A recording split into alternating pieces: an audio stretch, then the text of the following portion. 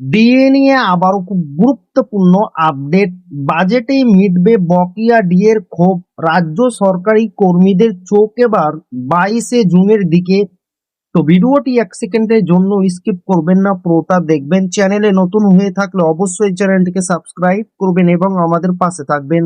তো ভিডিওটি শুরু করা যাক।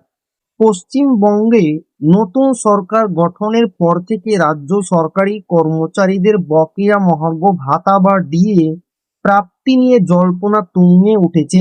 আগামী 22শে জুন রাজ্যের নতুন বাজেট পেশ হতে চলেছে, আর এই বাজেটকে কেন্দ্র করেই এখন বুক বাঁধছেন লাখ লাখ সরকারি কর্মচারী ও পেনশনভোগী।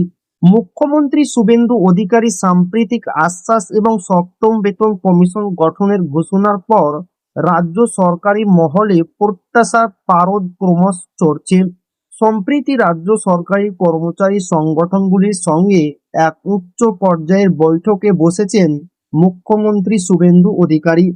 সেই বৈঠকেই তিনি স্পষ্ট ইঙ্গিত দেন যে ষষ্ঠ বেতন কমিশনের আওতাধীন বকেয়া মহার্ঘ ভাতা নিয়ে 22শে জুনের রাজ্য বাজেটে বড় ধরনের ঘোষণা আসতে চলেছে। মুখ্যমন্ত্রীর বক্তব্য অনুযায়ী নতুন সরকার ক্ষমতায় আসার পর ইতিমধ্যেই প্রায় 3 লক্ষ কর্মচারী ও পেনশনভোগীর বকেয়া ডিএ আংশিকভাবে মিটিয়ে দেওয়া হয়েছে। বাকি পাওনাটুকুও পর্যায়ক্রমে মিটিয়ে দেওয়ার প্রতিশ্রুতি দিয়েছেন তিনি।